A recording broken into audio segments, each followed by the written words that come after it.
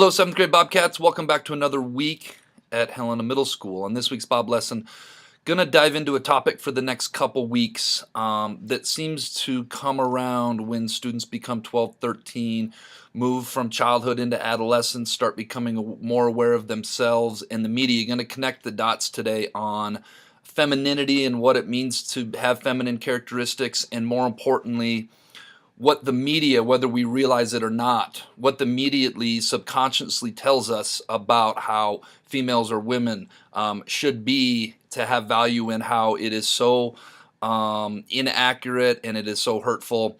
And it can really lead to loss of self-esteem and an irrational belief of your own value or lack of value if you allow the media to get into your head subconsciously or consciously and affect you. So next week I will do the same for the male gender. This week is females. Hope you guys like it. Hope you guys go out and have a great week at Helena Middle School. All right, this week's Bob Lesson is going to be named Media, Body, Image, and Self-Esteem.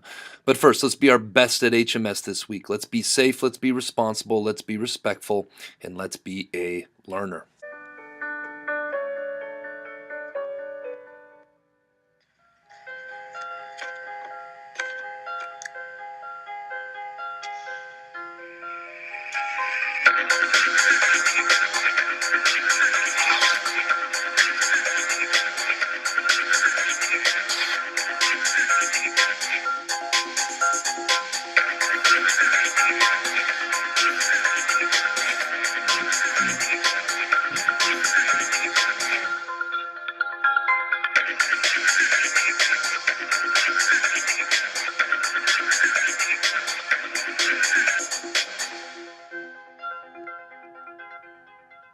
Right, I saw that video a couple years ago, and I think it really hits home some of the things that we view and how it's not real, or maybe it's not realistic, and how for many of us we're trying to live up to this impossible standard that we put in our heads that we see all around us, and trying to live up to something that isn't realistic.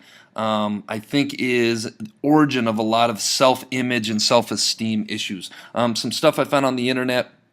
Media influence on body image. Studies prove that media can have a negative impact on self-image. TV, movies, magazines, and the internet all bombard teens with images and pressures about what their bodies should look like. The problem is their version isn't realistic. Like I said in the intro, these images are airbrushed versions of models who weigh 23% less than the average woman. Nevertheless, millions of teens believe the lies and resort to unhealthy measures to try to fit themselves into that impossible mold. And I found this on the internet, and I thought that this kind of sums it up, and these words are better than I could really put it.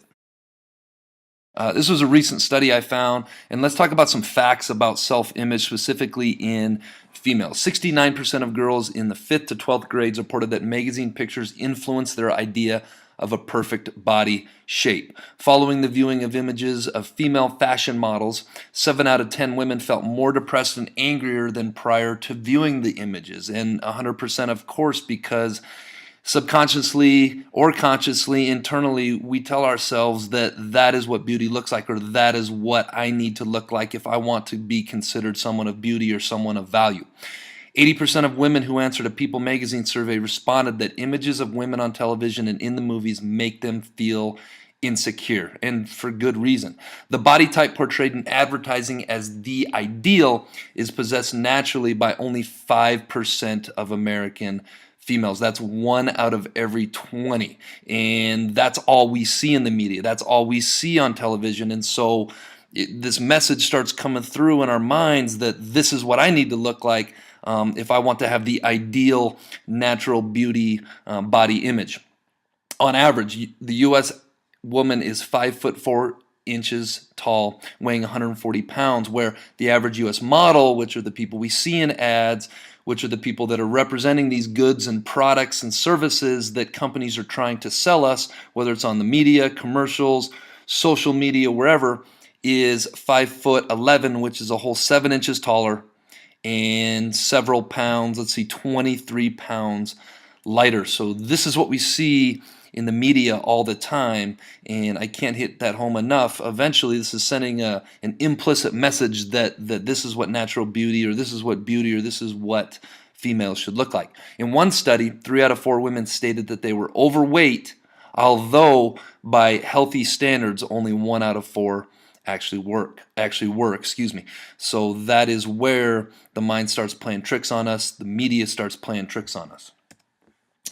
So I came up with this list on my own, just off of my own, looking at the media and how the media says females should be. And if you look at the ones in bold, those were ones that I thought were represented in that airbrush video that I talked about earlier. But if you think about what the media says females should be, they should be feminine, they should be maternal, they should be soft, submissive, they should have long hair, they should be clean, they should be flawless, thin, pretty, curvy, quiet, sensitive, have perfect skin, be dependent, be well-mannered, be tall, be curvy, be domestic. And these were just some that I came up with on my own, just thinking about this for about 15 minutes. And there's probably a bunch more that I missed. And the reason I put these in this box is I feel like media puts these things into a box. If you want to fit into the box of what being feminine or what being a female should be, I feel like these are the messages that are out there, and that's super unhealthy for a lot of you guys, super unhealthy for a lot of our young people and just people in general, because it is impossible to be all of these things. All right, that brings us to this week's quote of the week, which is "Be yourself, because an original is worth more than a copy." And that is so true. Hopefully one of the lessons you're getting from these B.O.B lessons is be your best. I mean, that is our HMS acronym, but it is so true in every aspect of life. We are all given a hand in life, whether it be coming from the perfect home life or not the perfect home life, coming from genetics that mean you're going to be 6'6" and skinny, or vice versa.